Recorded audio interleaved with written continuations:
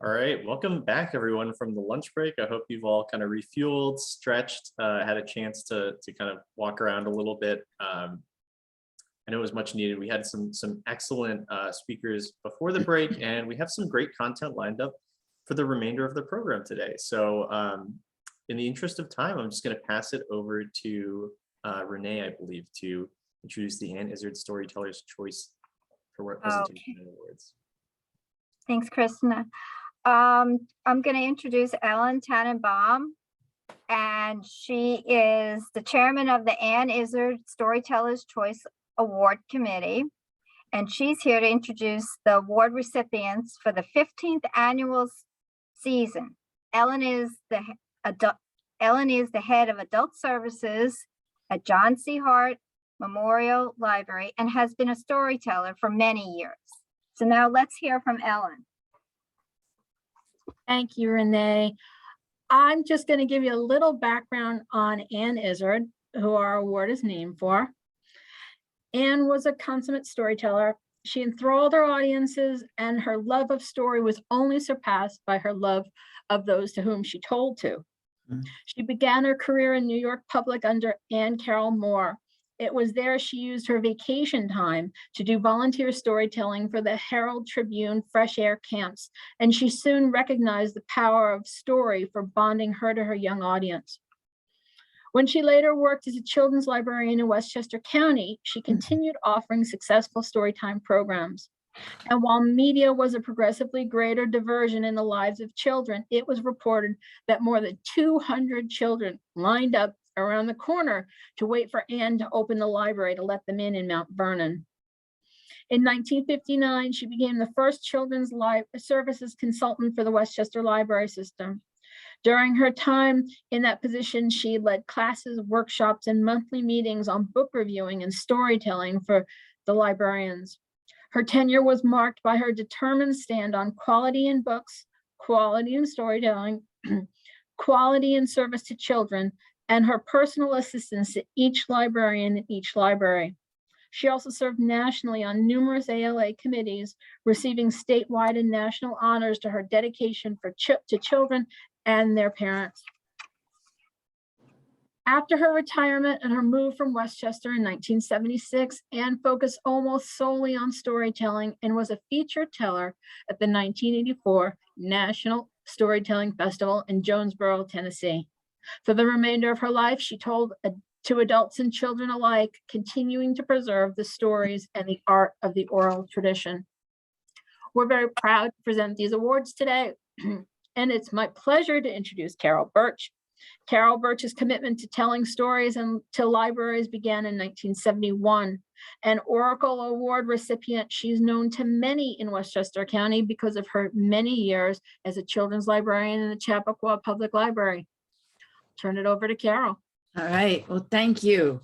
And oh, it's so good to see some of our authors, to see your faces that with the names that we've been emailing back and forth. So it's lovely to see you. And it's lovely that WLA has included us with this wonderful conference. So what a great time. Thank you, Ellen. Now, Krishna, there's supposed to be a screenshot. Ah, good. Well, that's the Ann Izzard Storyteller's Choice Award logo.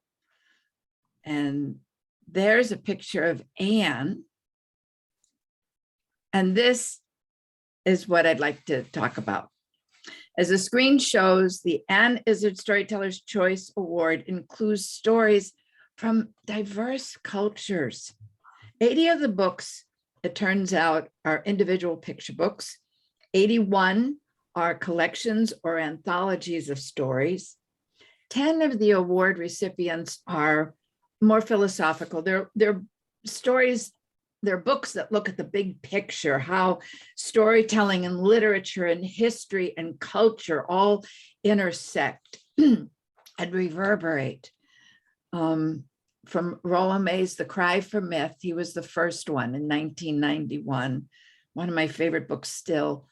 And I only picked out 2 out of the 10. And the other one is Jonathan Gottschall's The Storytelling Animal, How Stories Make Us Human. It's a huge broad book, and it's fabulous. They all are. That's why they all have awards. And then there are 22 books that apply storytelling in kind of more concrete or practical concerns.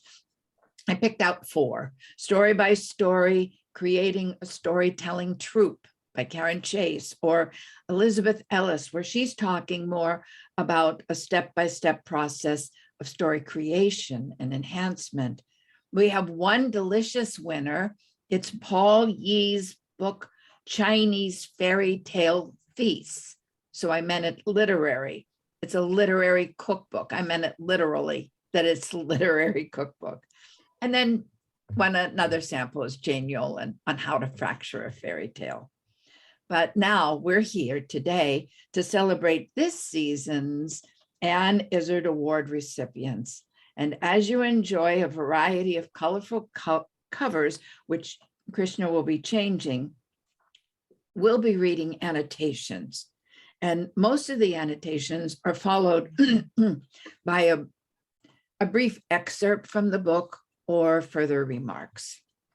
Now, joining us is Angela Caldarella. Angela's a retired children's librarian who worked for the New York Public Library for nearly 40 years. But storytelling was her favorite part of the job. So when she retired from librarianship, she did not retire from storytelling. Yay. And in addition to being on the Anne Izard Committee, Angela is deeply involved in the RYE Storytellers Guild. That's important because the Guild played a vital role in Westchester's advancement and support of storytelling. 2 beloved librarians in RYE started the Guild in 1986. They were Neva Winter, who worked in a school library, and Judy Greenfield, who worked in the RYE Public Library. And the 2 of them joined other Westchester storytellers and librarians in 1990 to create this award. And we remember them very fondly, and we offer them a particular thanks. Now, Angelo, you want to get us started? Thank you, Carol. Okay, so I'll wait for the first book cover. Perfect. Okay. In Tiny Feet Between the Mountains by Hannah Cha, Sue Een is a small person who lives between 2 tall mountains. When the sun disappears, only Sue Een is brave enough to investigate. In a story filled with tension and triumph, Sue Een saves her village and the great spirit tiger who inadvertently swallowed the sun. As Sue Een tickles the spirit tiger into sneezing up the sun, she begins to fall. But the tiger caught her small body in his large paw. His eyes twinkling like stars, he roared with delight. I can't believe it. Oh, you did it. And from that day forward, the villagers were kinder toward Sue Een, and she was known as the greatest of them all. And if you look on your screen, you'll see Hannah Cha is here, and we hope to hear from her a little later. But thank you, Hannah, for your glorious book. So, Angela. Okay, waiting for the next slide. There we go. Okay. In Between Worlds, Folktales of Britain and Ireland, master storyteller, folklorist, and poet Kevin Crossley Holland's stories open up as if in conversation. He offers a hand to jump us straight into 48 stories divided into these categories: magic and wonder, adventures and legends, fairies and little people, men and women, wits, tricks, and laughter, and ghosts. All of this is followed by sources and notes. His style changes with the tone and tenor of each tale, a most refreshing collection which belongs off the shelves and into the hands of all seeking a portal to riches of the past. Kevin writes, no once upon a time, no long, long ago. No, no, no. The opening words do establish the tone of the tale that's going to follow. So one begins, last week, there was a wonder. And how different that opening is from the story that begins, don't ask my name. Or, I loved this. 3 hired men left the farm on a cold November morning. Oh, you could just see that. And it sets up a very different story, the one that begins, it was a Sunday night in July. And Tom was in no hurry to get back to High Farm. He didn't like hard work, and nothing but hard work awaited him.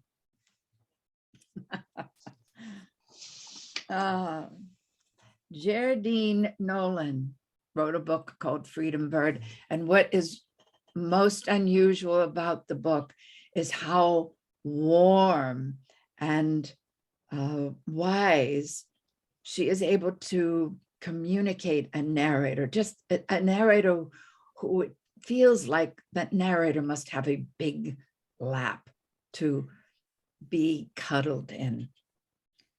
In her story, we meet an enslaved brother and sister who tend an injured bird in secret and then follow it to freedom.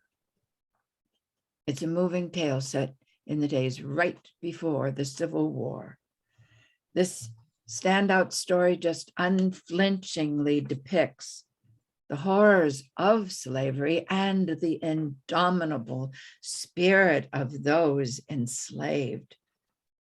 She offers a suspenseful plot and evocative prose that simply begs to be shared through telling. And we're so lucky because she couldn't be with us, but she sent a brief video. And so we'll hear from Geraldine Nolan virtually. Is the video now? Okay, thanks. Let me just. Can you make it big so that Here we she go. fills the screen? Okay. Everyone, my name is Geraldine Nolan. I'm new at this recording thing, so fingers crossed. I'm going to sing a little something. Take joy, my dears, in what you hear.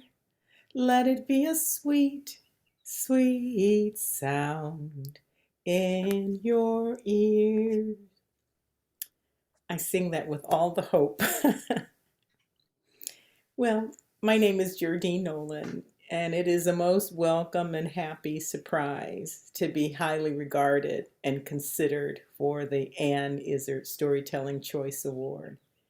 It means so much to me to know that you have noticed my work. Thank you for considering Freedom Bird. Thank you so much for this honor. You know, I believe stories define us. They shape the world we live in. Telling stories helps us make sense of the world. There is a great power in storytelling. You know, telling a good story well. You know, the whole world revolves on a story. And at its best, a story can help soothe, instruct, or to heal. Folklore is filled with myths and legends and stories about the magic of flight. The metaphor of flight in flying is often used to set the imagination free. For African people who were enslaved here, it was the stories of flying away that helped them carry on to endure the misery. And this is what Freedom Bird is about. But before I get too far ahead of myself, it's best that I return to the beginning to fetch what must not be lost or left behind. It was Big Jabe who started me on the story path. In it is what became the seed story for a generational narrative of a family. And it seems I have created a triptych, these stories meant to sit side by side in a way. It seems that each one supports the other one. Big Jabe, Freedom Bird, and Thunder Rose, and that was supposed to have been the order. In Big Jabe, it was to imply the escape north. Freedom is a broad-winged bird, fills in the story of an escape to the west because the country was opening up with the westward expansion. And of course, you had the California gold rush and a lot of other things that were happening. And it is specifically the story of Millicent Magruder. Her maiden name is Wheeler, and how she went west, who is the mother of Thunder Rose. So I hope I explained that, and now you know everything. Well, it sometimes happens on account of what those who have come before us do with their lives. A pattern is formed in the world, like the lines of a quilt that repeat over and over. And those actions continue to shape the lives of children and their posterity. Maybe it is that way with you and yours. Well, it was that way with John and Millicent Wheeler. Now, even before I tell you, there was nothing civil about that war. They should have called it what it was, a bad, bad war. But good can come out of bad, and something good came out of those backwoods one turbulent and thunderous night. The truth is, for the story I told, the fighting hadn't even started yet, but it was nigh on close and getting closer, which is what kept up all the shouting. Yet and still, those were some perilous times for folks who had it deep in the heart of them to just live free. Well, many escaped north on the Underground Railroad, but now a way was made west where the world was waiting wide open and free. Like every other slave on Simon Plenty's plantation, John and Millicent suffered one hurt and heartbreak after another. But the worst thing was when one by one their parents, Samuel and Maggie, were sold away. I don't have to tell you the pain this could put on anyone, let alone a child. But long before this, Samuel and Maggie had sown the seeds of freedom in their children's minds and hearts. Back in those long ago days, Samuel and Maggie had told their children, when they wanted to and could remember how, our people could fly away to freedom as free, as easy as any bird. There is music and beauty in the flight of birds. Just listen for the song. It is a song for the soul. It is a dance for the heart. Their wings comb melodies out of the air. Well, Millicent and John had taken to those old tales of flying. In the brightness of day, the stories seemed like fancies concocted to soothe a battered brow. Yet and still, they carried the dream with them as they toiled the fields, until it began to weave and wrap itself around them like a quilt. It began to take root into their hearts and minds. Anyone living knows it is a want and a desire so deep to human feeling, so brave to human spirit. Any human heart would cry out, go ahead, be free, be free. Remember, oh, remember how to make yourselves free. Well, maybe such a time will come for you, Samuel and Maggie had told their children. But soon came the moment to set that dream free. Fate is a gleaming star that has its own way of pointing you out and shining down on you in the form of providence. And sometimes one's fated star can shine down and cross with the shining of another. And when those stars meet, that can make some powerful shining. Those not used to looking and expecting not to see can be blinded by that light. And it was so this night. Those stars shone down on John and Millicent Wheeler, and what had been long in suffering soon became just a matter of moments and motions. Listen to the song. Let it be a sweet, sweet sound in your ear. Again, thank you so much for this opportunity to speak to you about my work. And again, thank you so much for noticing Freedom Bird. Goodbye for now. Everyone. Oh, oh, is it glorious to hear? So,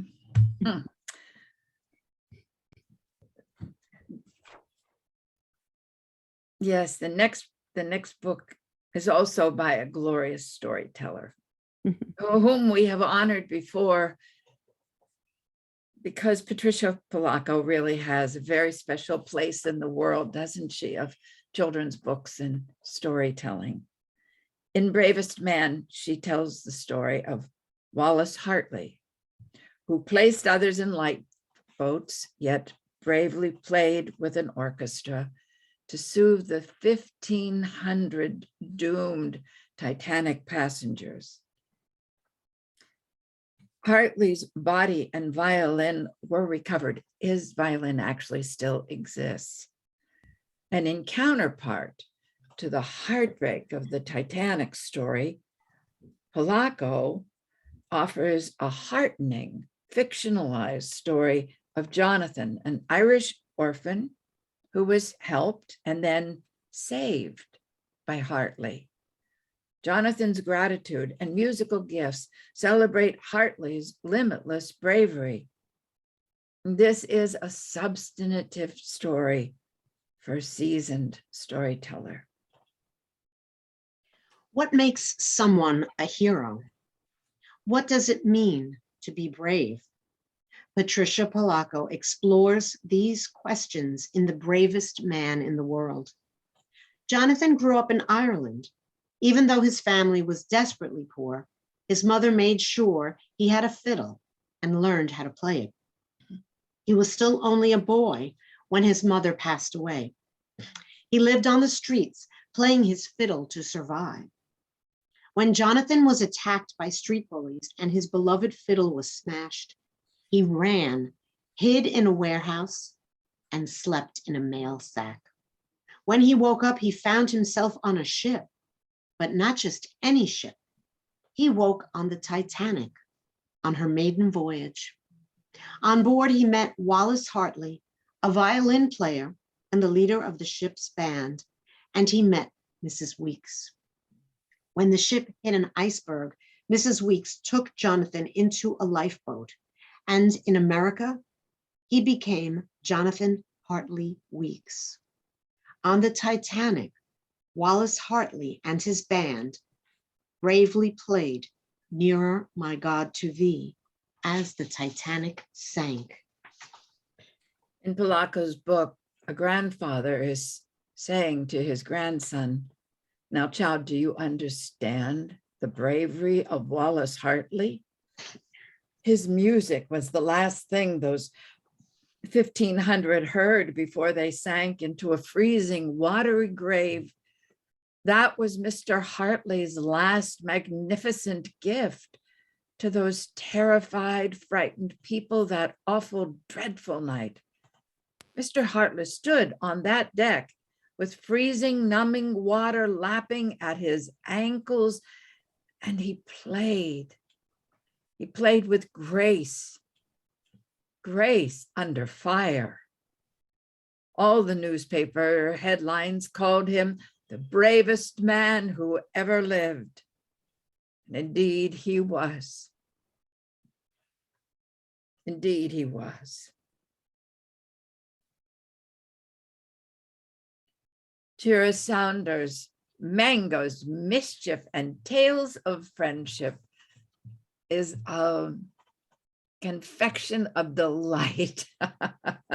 Very, very different kind of collection of stories, because a king who is unavailable for daily sessions permits his son and his son's best friend, and these boys are 10 years old, he permits them to make decisions. And they decide on the price of a smell, find a thief who stole the king's candy. They punish a greedy money lender. They show the dangers of superstitions and determine who owns the water in a well. In short, they turn the tables on dishonest guards and neighbors. And these amusing stories of wisdom, justice are short and ideal for both beginning and experienced storytellers. Two neighbors, Gopu and Danu, had a unique problem. Gopu had an old well which he never used, and Danu wanted to buy the well. A price was agreed upon, and a document was drawn up. I hereby sell just my well, situated behind my house, to Danu, my neighbor, for 10 silver coins. The men signed the document. So what was the problem? Gopu said, I sold only the well, not the water. Whenever Danu draws water from the well, he has to pay me half a silver. Well, who ever heard of selling a well and then charging for the water? What do you say to that, Danu? Asked Prince Vera. Why would I buy just the well, your majesty? Asked Danu. But you signed the document, said Gopu. It clearly says just my well. Finally, Prince Vera said, I've reached a decision. Everyone was quiet.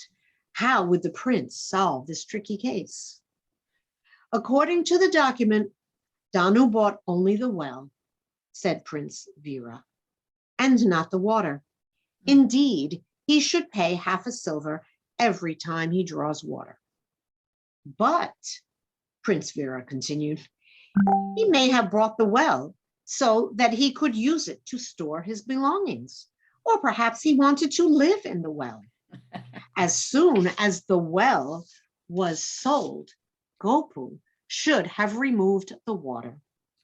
So Gopu should take the water out of the well immediately, or he should pay rent for storing the water in Danu's well.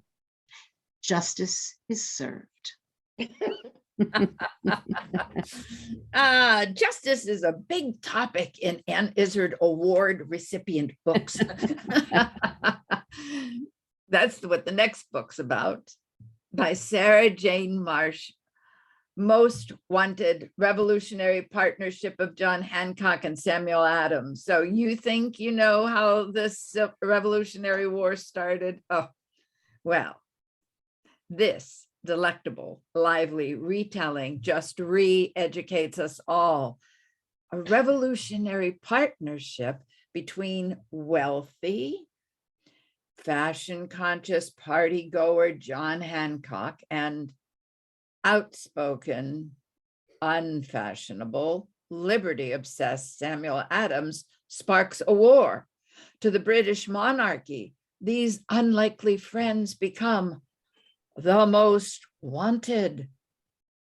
How does radical activist Adams convert haughty, hedonist Hancock to protest increasingly cruel laws and taxes?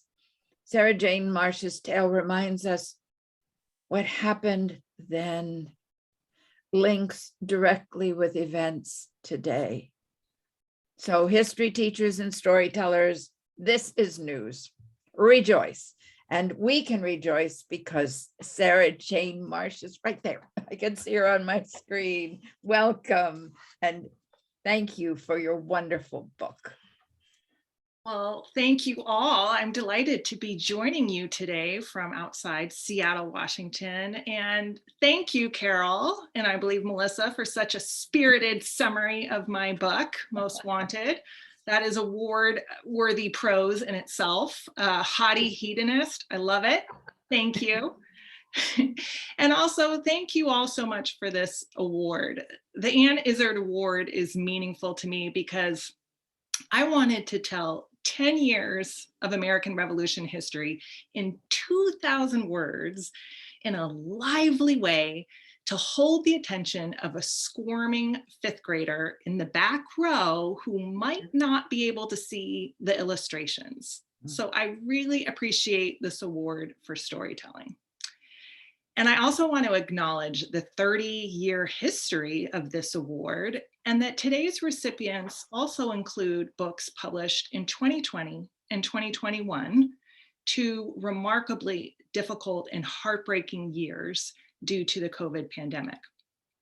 I can only imagine how these 2 years have been for you librarians, your hardships, and your perseverance in providing access to books and services for everyone during this time. So thank you. Your work is important. As Rudine Sims Bishop famously said, books can serve as mirrors, windows, and sliding glass doors. A single book can have a life-changing influence. And it certainly did for me.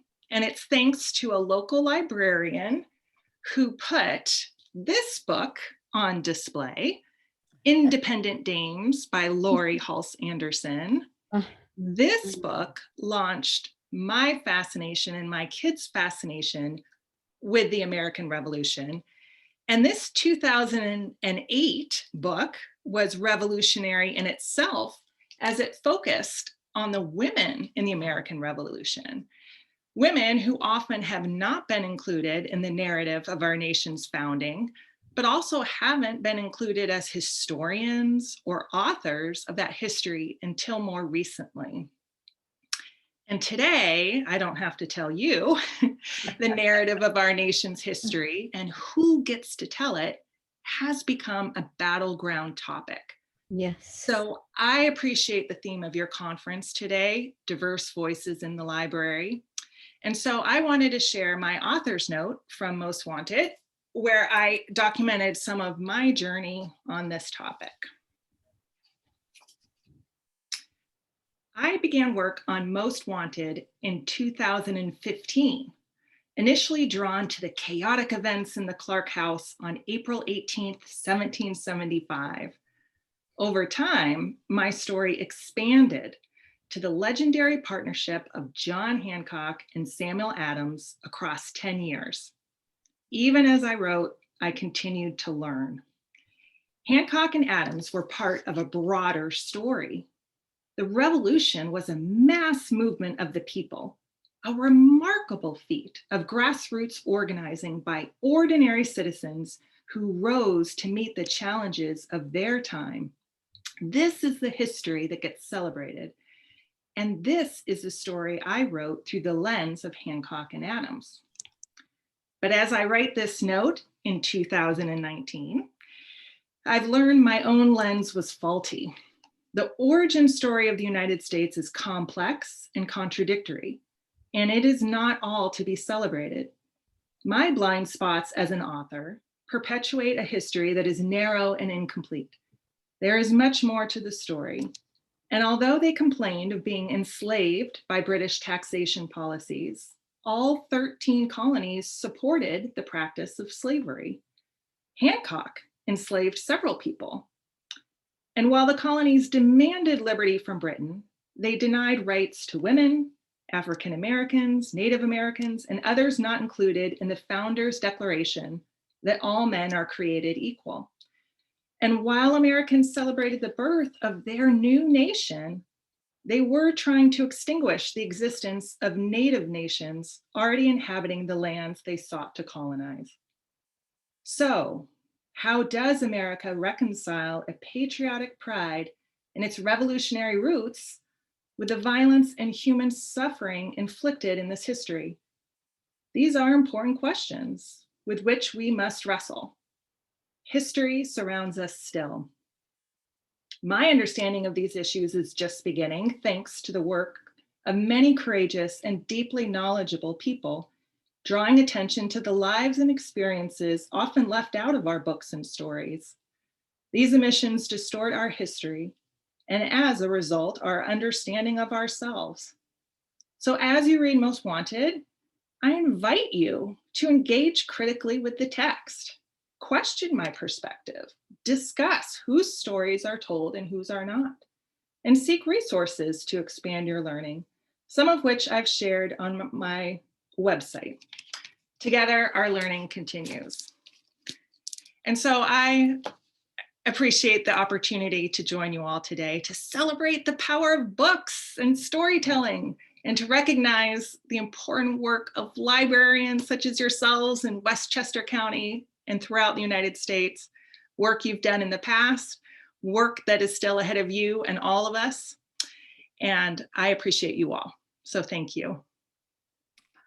Well, that moved me to tears. Thank you, Carol. Yeah. Thank you. I'm a retired children's librarian, so I can brag about the profession, I think, and say that I do think children's librarians, well, all librarians are the great uncelebrated heroes of our culture who maintain buildings where everyone can come in and doesn't have to spend money to be in it, which has been extremely important during our recent history, shall we say.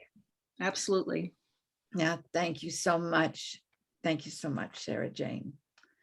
I hate Zoom, but how wonderful that we have people from all over, and it's because of Zoom.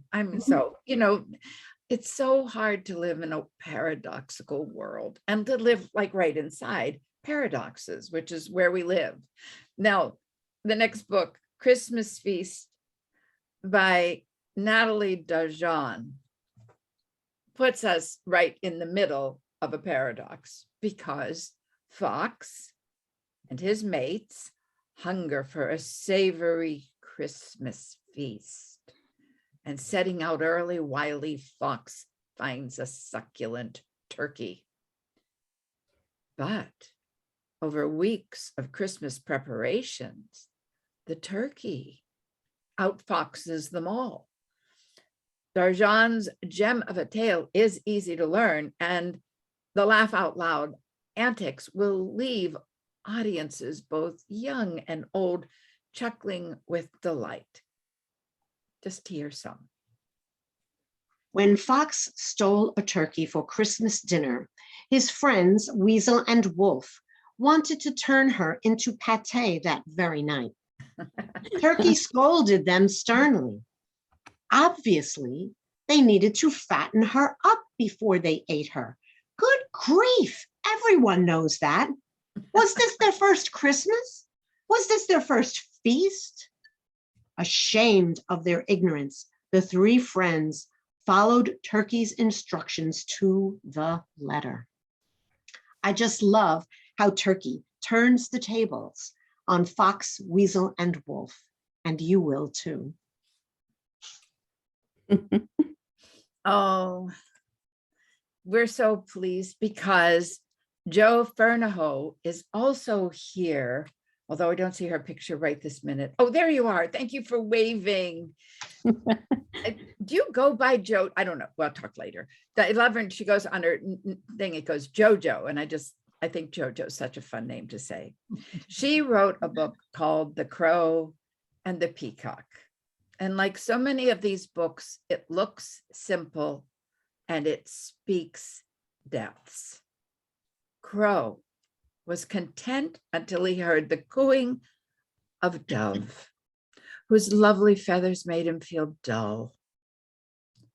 Dove thought Nightingale must be the happiest bird, but Nightingale admired the power of Rooster's call.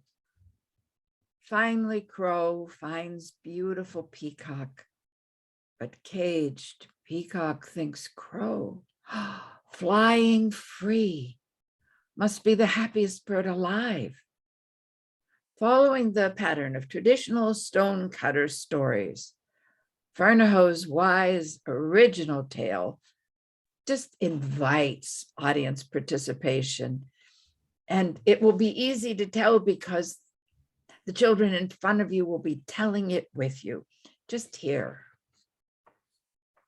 Crow flew back to the woods, feeling content with his dark feathers and shrill call. He knew for certain that he was happy with his life, and now all he wanted was to share his happiness in whatever way he could.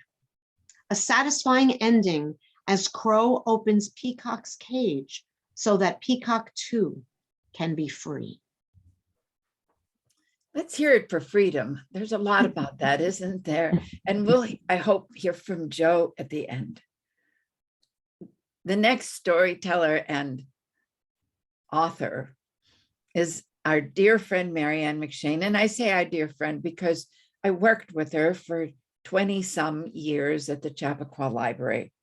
She tells an uncommon mermaid story of Ronan, a boy who's saved from drowning by a lady of the sea with a fishtail and the long golden hair. She sings to him until they reach the shore, and then she presses a silver ring into his hand, and she tells him one day he will help her. The monks of Bangor Abbey, who find Ronan on the shore, tell him the legend of Laban, who became a mermaid. And when Ronan rescues Laban, the prophecy just comes full circle. Known as the mermaid saint, this moving tale suits those looking for Irish lore that's threaded with religious themes. And now it's our pleasure to play a video from Marianne McShane. When you see her, I think many of you will recognize her from her years in Chappaqua, where she served as head of the room. And Ronan is also on other best book lists, one from Bank Street College here in New York, and the other from the Arts Council of Northern Ireland. And it's no wonder, because you'll see how Marianne's manner is as winsome and as compelling as her story.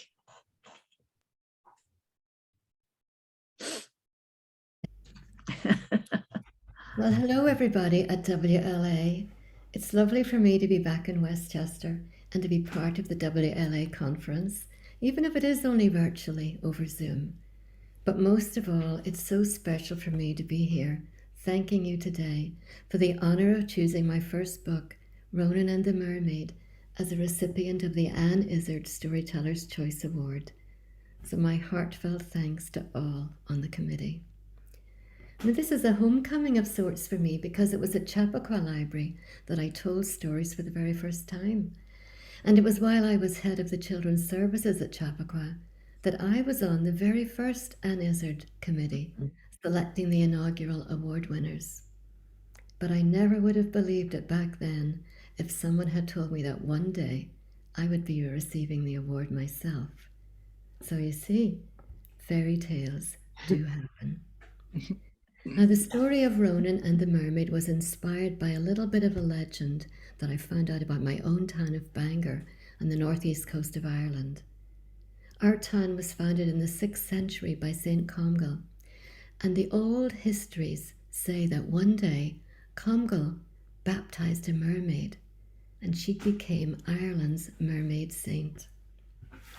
And that's where I got the idea for my story, Ronan and the Mermaid. So I'd like to tell you just a wee bit of the story now. So here's an Irish fairy tale for you. Long ago in Ireland, when fairy folk dwelt in the hills and merfolk swam in the seas, saints and holy men lived in little beehive huts scattered along lonely shores. These huts of wattle and thatch were the first abbeys. Now, the ancient abbey of Bangor lay nestled on the edge of the Irish Sea, and there the monks worked and prayed, their companions the seagulls flying in the air, and the seals basking on the rocks. Now, one day, after a terrible storm, Brother Declan was out searching for driftwood when he came upon a circle of seals keening softly on the sands. In their midst lay a young boy, wisps of seaweed tangled in his hair, and his eyes closed tight. He was wrapped in a shawl woven from seagrass, and a silver ring glistened in his outstretched hand. Well, Declan looked up the beach and down, but there was no one in sight, and he gazed out over the water, and he thought he saw a flash of gold by the great grey rocks. The old monk rubbed his eyes and looked again, but this time all he saw were grey waves and white foam. The lines in his forehead deepened as he remembered the old tales of mermaids and seal people. Well, he picked the boy up in his arms, put the ring in the pocket of his cloak, and carried the child back to the abbey. I found him with the seals, he told the curious monks, and saying no more, he laid the boy on a bed of rushes and wrapped the blanket around him. Brother Finbar kindled the fire till it crackled and sparked, and he hung a basin of milk over the flickering flames to warm. Brother Kevin opened his pouch of healing herbs and sprinkled a few onto the frothy white bubbles. The air warmed with the scent of sage and rosemary. Abbot Comgall himself dipped his fingers in a cup of holy water and blessed the boy. And then Declan took a spoonful of the milk and blew on it to cool it and held it to the boy's lips. With the first sip, the colour came back to his face. With the second, he opened his eyes, and with the third, he sat up and he looked all around as if he wondered where he was, and began pulling and tugging at his clothes as if he'd lost something. And then he sank back on the rushes and sighed in despair. Declan held up the ring.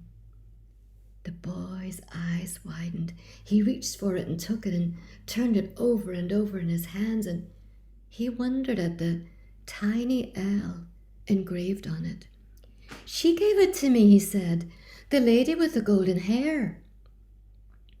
And he told him then that his name was Ronan, and that he'd been out fishing with his father when the storm blew in. They tried to outrace the waves and get back to shore, but the waves overturned the boat, and they were thrown into the cold green sea. My father could hold me no longer. I was swept from his arms. But then the lady came. At first I thought it was a big fish, but her hair was long and golden, and she sang to me till we reached the shore. Ronan's eyes closed, and his voice grew softer.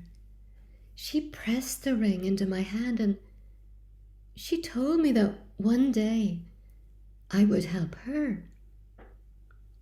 Brother Finbar and Brother Kevin looked at each other and shook their heads, for they were sure this was just a fever talking. But Brother Declan was not so sure. He remembered that flash of gold by the rocks, and he remembered the old stories of mermaids and seal people. But he said no more. "Let the boy sleep," he said. "He's feverish and needs rest." And Ronan slept till the moon rose and sank and the sun came up again. Well, every day he grew a little bit stronger. Brother Finbar would bring him a speckled egg for breakfast for nourishment every morning, and Brother Kevin put some of the herbs under his pillow to help cure the fever. And Declan took that ring and fastened it on a linen thread and tied it around the boy's neck for safekeeping. And in the evenings, Declan would sit by Ronan's bed while the candle burned low and tell him the old tales. He told him about the seal people who could shed their skins on full moon nights and take on human shape. And he told him about Liban, the princess turned into a mermaid when a great lake flooded her home and drowned all who lived there. For 300 years, Declan said, she had roamed the lonesome seas. No one has ever seen her, but on some moonlit nights, when the wind is low, people have heard her singing in their dreams. Ronan's fingers strayed to the silver ring. In his heart, he knew it was Liban who had saved him. So, of course, it was the mermaid. And as Ronan grows stronger in the abbey, he tries to find her. And it's when he plays her song on the harp that he's able to bring her back to the abbey. And that's the story of Ronan and the mermaid. And thank you. Everyone. Oh, Thank you. Marianne is not only a storyteller and a children's librarian, she also plays the harp. And so that it's just like, it's so her. That story is just so her. It is. Oh, my goodness. And now we go to the oldest student, how Mary Walker learned to read. And Angela? Yes, that was lovely.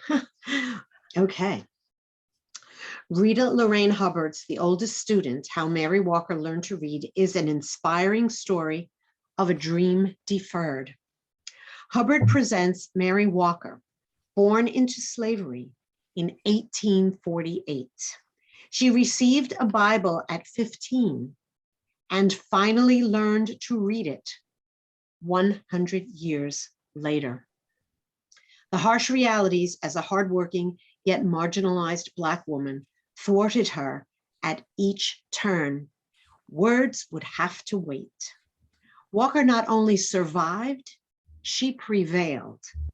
This significant story of an indomitable woman deserves to ring out across the land. Mary had outlived her entire family. She was 114 years old and alone. Can't read, she said, can't read. I don't know anything.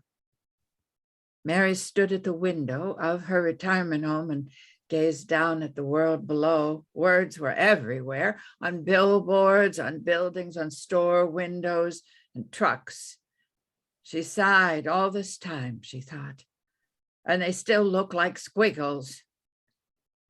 Mary had heard about a new reading class in her building. She pursed her lips. No more waiting, she decided. Time to learn. It took 2 years, but she did learn to read. And she continued to read until her death in 1969 at the age of 121 years old. She would say, excuse me, you're never too old to learn. How true. In Blaise Hemingway and Jesse Repskin's Ghosts, 13 Haunting Tales to Tell, we all ask the same question. You can't get enough of Halloween spooks? Do you relish in being kept awake well past bedtime because you hear something is out there? Well, Ghosts, 13 Haunting Tales may be the book for you. This collection of 13 stories and poems is perfect for sleepovers, for camping trips, and for those who love to be scared in an eerie sort of a way. Satisfying anthology for tellers introduces stories of horror to kids in middle school and up. There's so much more to fear than boo. The camp's ancient winter caretaker claims he knows only true ghost stories. While the other campers are asleep, 2 boys sneak out through the summer night to join the old caretaker in his house. There, they hear stories. Some of these stories are so terrifying that they're probably best for teens who don't scare easily. And there's a jaw-dropping end to conclude the collection. You know, there are only 13 true ghost stories in the world. Blackwood shifted, leaning forward in his chair, and the candlelight reflected in his smoky eyes. And tonight, I'm going to tell you them all. In one story, Grace rubs her eyes and finally opens them. And slowly, the room comes into focus until at last she could see a milky, shifting shape floating over her head. The apparition smiled. You should have kept your eyes closed.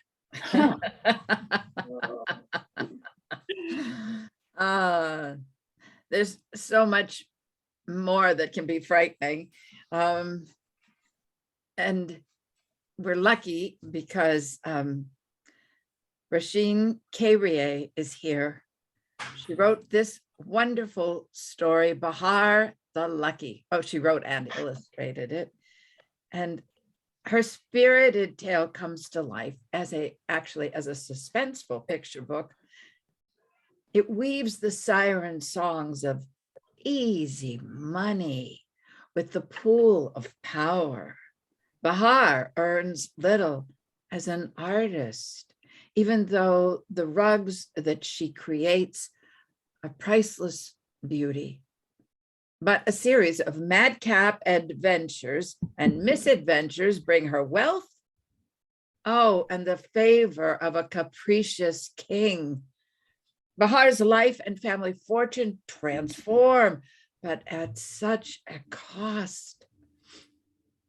Rasheen Khairie's sumptuous illustrations capture Bahar's move, and it is quite a move from the dizzying swoosh of notoriety back into her center as an artist. It isn't easy to tackle these significant issues in what is also a very tellable and satisfying picture book for children and the adults who will read it aloud. But that is what Rasheen has done, and we are so lucky to welcome her here. So welcome, please.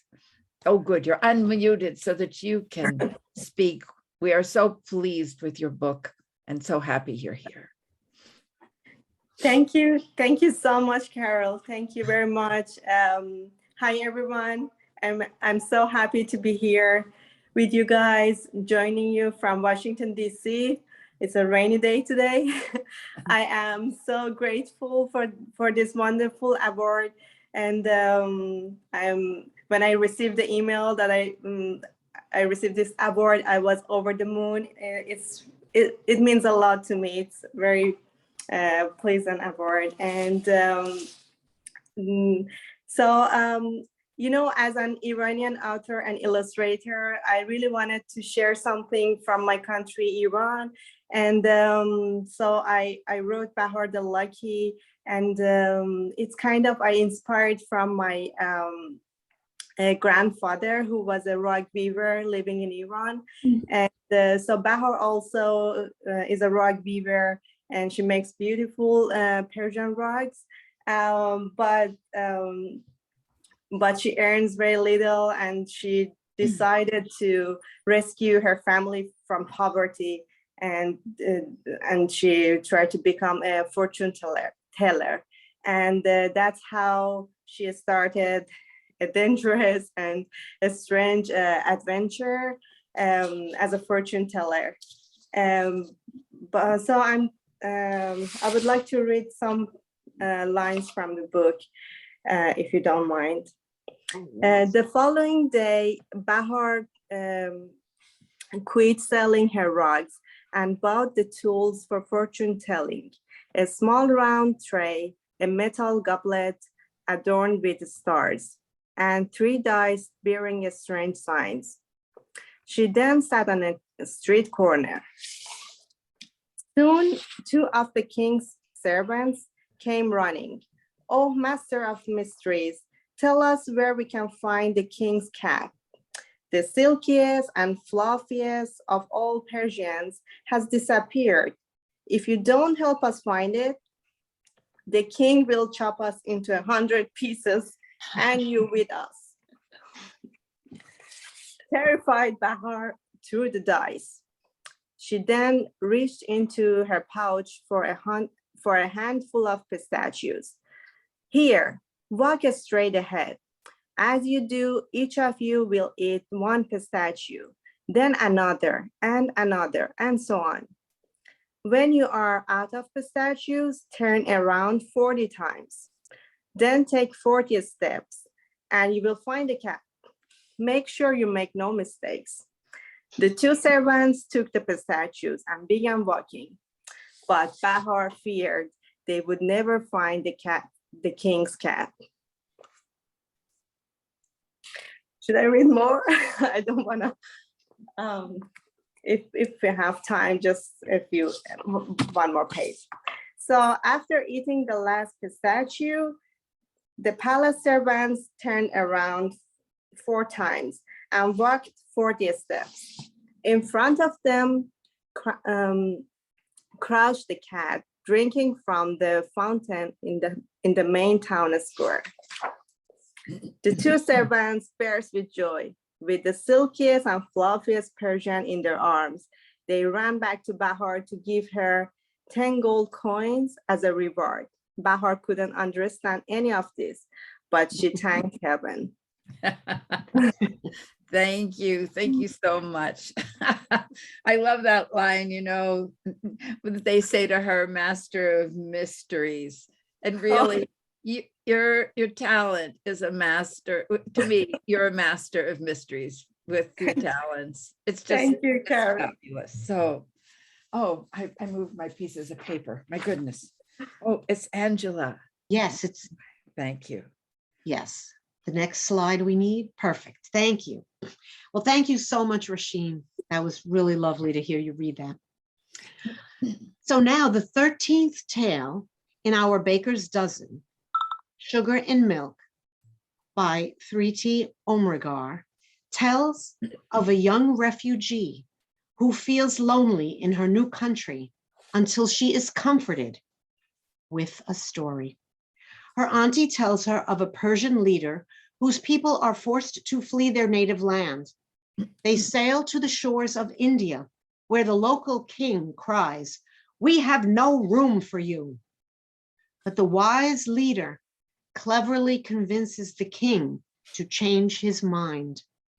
This story unfolds as a tale within a tale that is not only poignant, but also timely and perfect for telling. The king understood what the leader meant. The leader said, "If you let us stay, O mighty king, we will live in peace beside all of you. And just like sugar in milk, we will sweeten your lives with our presence." And that's just what these stories, with their exposure to other cultures, can do. They sweeten and add immeasurably to our lives. On behalf of Ellen, Angela, and the glorious group of passionate librarians and storytellers who make up this committee, thank you for being here. Thank you for your time and your interest. Give us a week or two, and then check the updated list of Ann Izzard Award recipients on the WLA website. And then please join us for a live celebration of all things Ann Izzard and these particular award winners at the Hart Library Celebration in Shrub Oak, New York on November 19th. Put it on your calendars. Before we open for questions, there are two more masters of mysteries here, Hannah Cha and Joe Fernahoe. And since you're here, would you please take some time to speak to us? Should we just go in alphabetical order like we've done the rest of it? And Hannah, would you go first?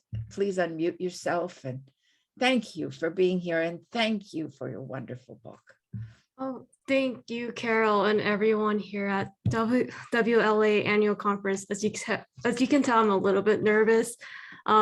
This is my first book that I illustrated and written, and it is incredible that it got noticed, the fact that everyone resonated with my story. First of all, thank you so much for the opportunity where I can be present to celebrate other storytellers. During this year of COVID, of course, after the book got released, I feel like before I got to read it to children or get to meet other authors or communities, it was instantly shut down. So it felt a little bit, isolating. But this book is really dear to me, is a homage to my home country, Korea. And it is for everyone who maybe once felt small physically or in your hearts. And it's also it's a mix of stories and myth that I was exposed to and I read when I was young. And is kind of mixed with a little part of me, and especially it is a homage to tigers, which is actually, they used to be very present in Korea until sadly due to colonization, they disappeared. And I wanted to read a little bit of an excerpt of my author's note that I wrote about them. Long ago in Korea, tigers used to roam freely between the mountains and villages. People would fear the tigers, but at the same time, they saw tigers as a symbol of respect, strength, and dignity. Tigers constantly appeared in Korean stories and images, sometimes as deities, sometimes as threats. Regardless of their roles, tigers always offered a moral and guided the Korean people. Many Koreans believed that their country was shaped like a tiger and that their spirit animals were tigers. Because of colonizations, tigers are now extinct in Korea, but their spirit lives in the strengths of the Korean people. Thank you, Hannah. Thank you. Thank Oh, you. really. We were trying not to clap so it wouldn't get weird, but Yay. Jojo.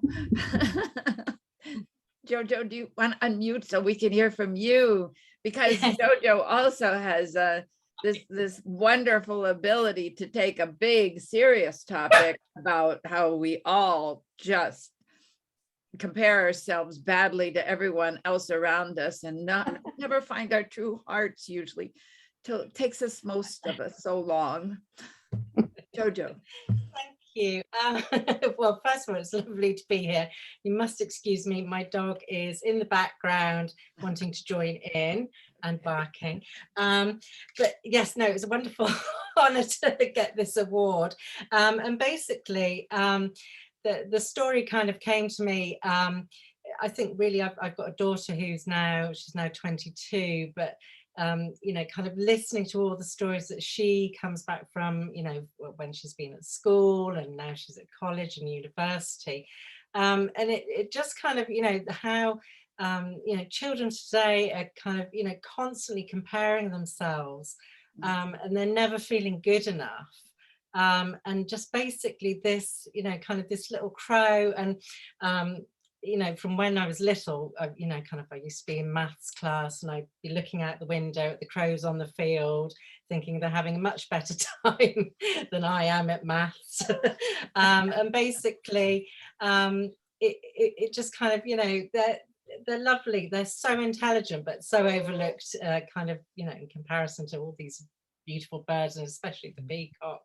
Kind of the comparison of all the birds and all of them wanting to be so much more.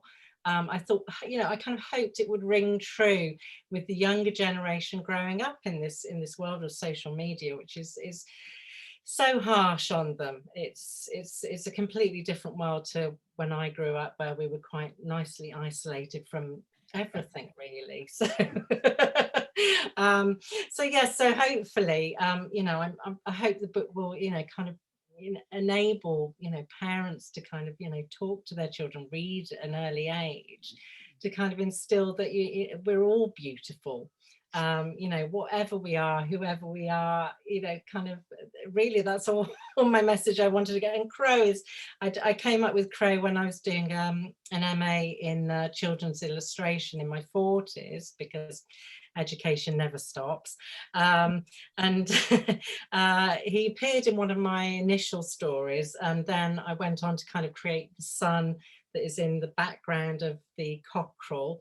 And I kind of brought them together, you know, again, a few years later in The Crow and the Peacock. And it was quite nice, they were reunited. But I love children's stories. I love the colours. I'm at my happiest when I'm in primary colour land with all these wonderful things going on. So it was wonderful to get this award. It was, you know, it was really nice. Isn't it nice to know we see how wonderful you are at all those colors and combine the colors and the writing? And it's like, oh, look at that. Oh, this, you know. So, wow.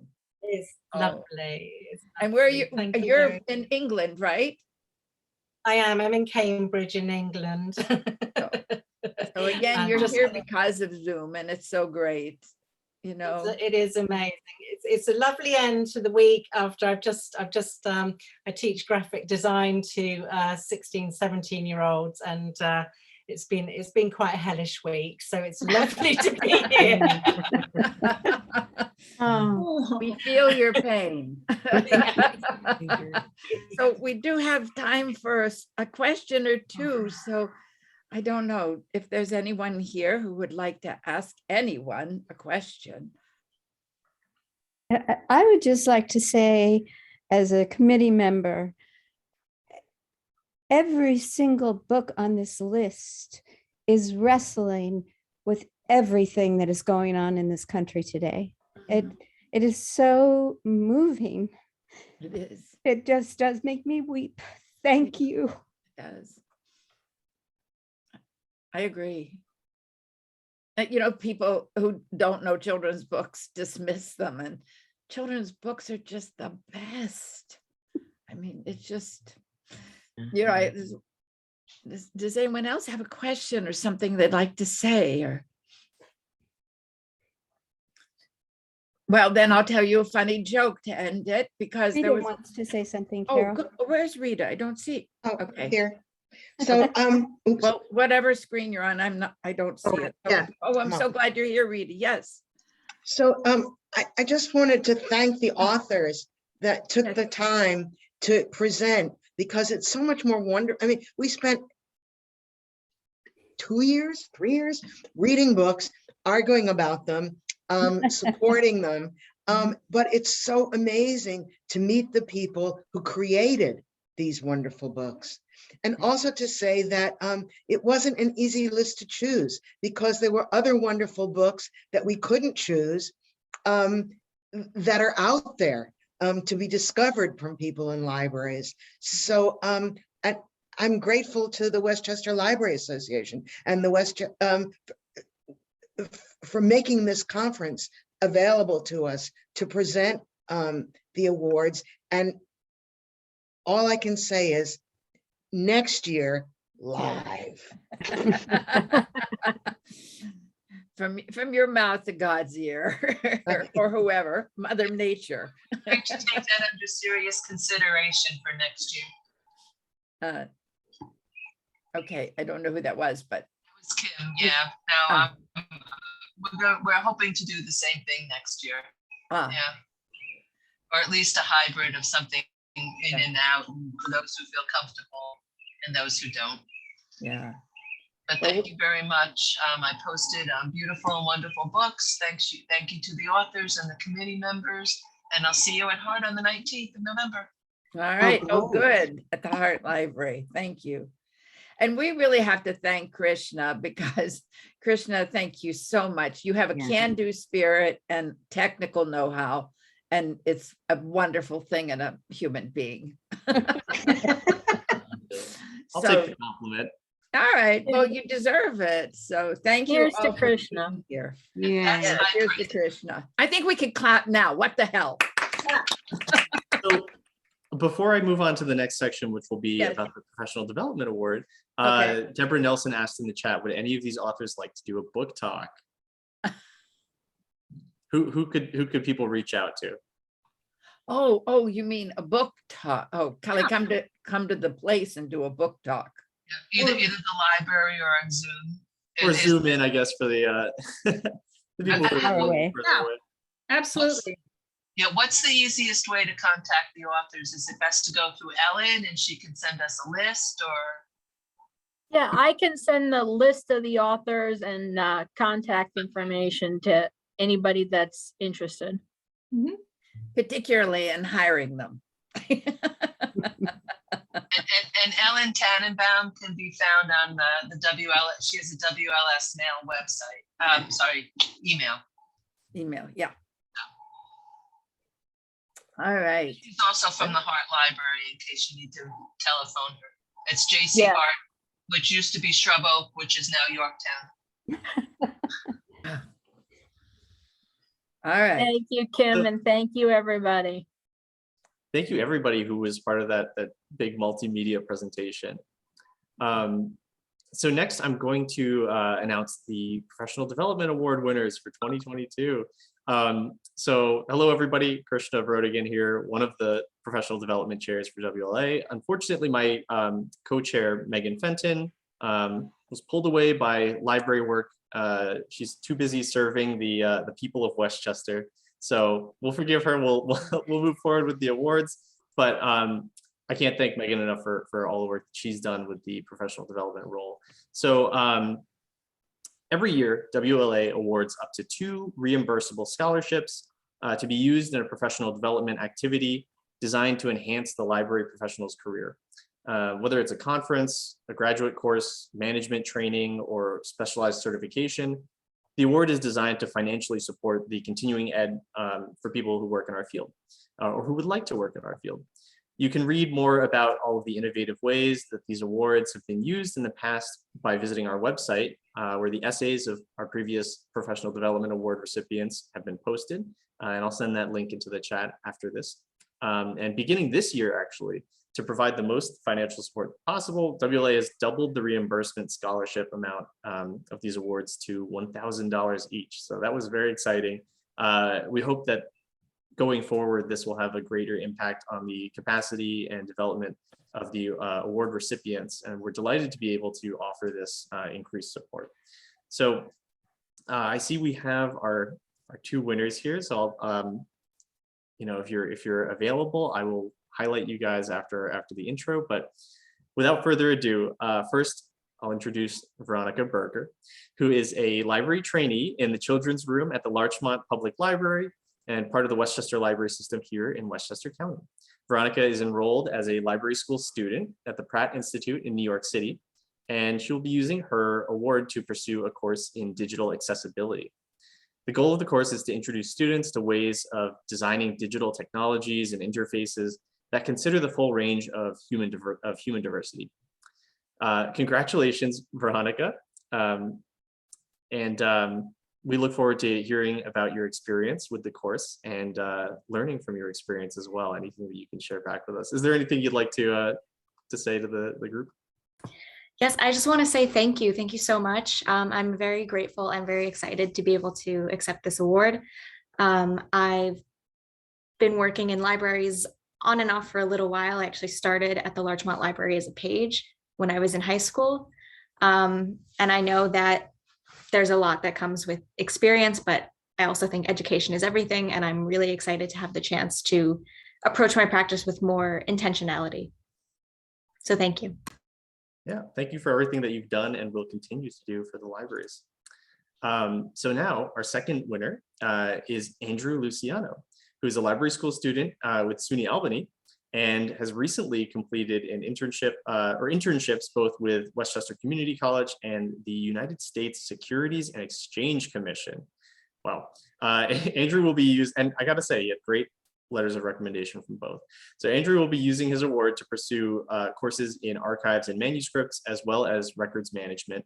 Andrew's interests are how information moves through organizations and also how it's archived for historical purposes. And both of these courses will broaden Andrew's learning opportunities in these areas as he works towards his degree in library and information science. Congrats, Andrew. We can't wait to hear about your experiences as well.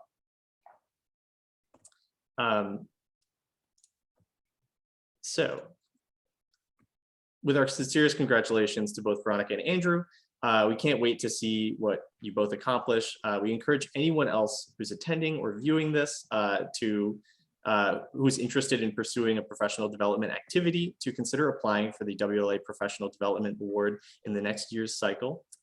We'll be giving it out again next spring at our annual conference. Thank you, everybody, and a round of applause for our 2 winners. And this brings us to Kathy, who's going to be leading us through our closing remarks as the incoming president. Oh, so fancy. Oh, good. Hi, everybody. I'm Kathy Plovic. I was vice president this year, and thanks for sticking around till the end. Quick thanks to everybody on the planning committee that made this possible. People that we met every week and I feel like I was constantly on the edge of a nervous breakdown, but the rest of you guys got it done.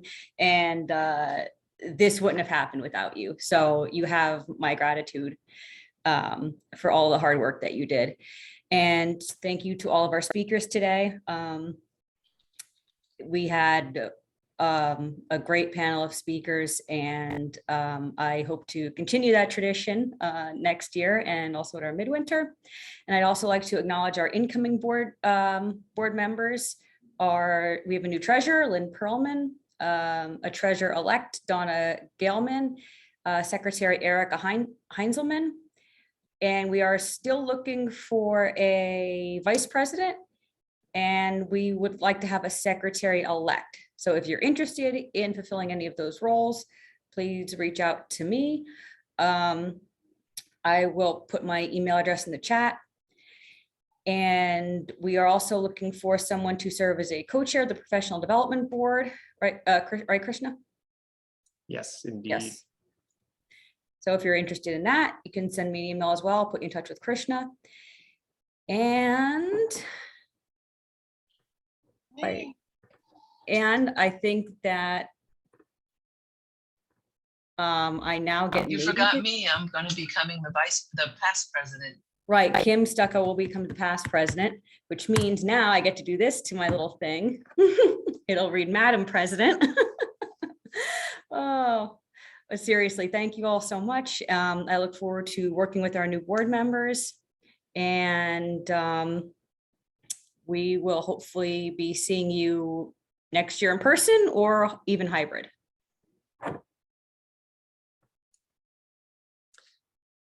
And just as a final send off before we part ways and enjoy our Friday and our weekends, the recording for this presentation or this day's event will be distributed.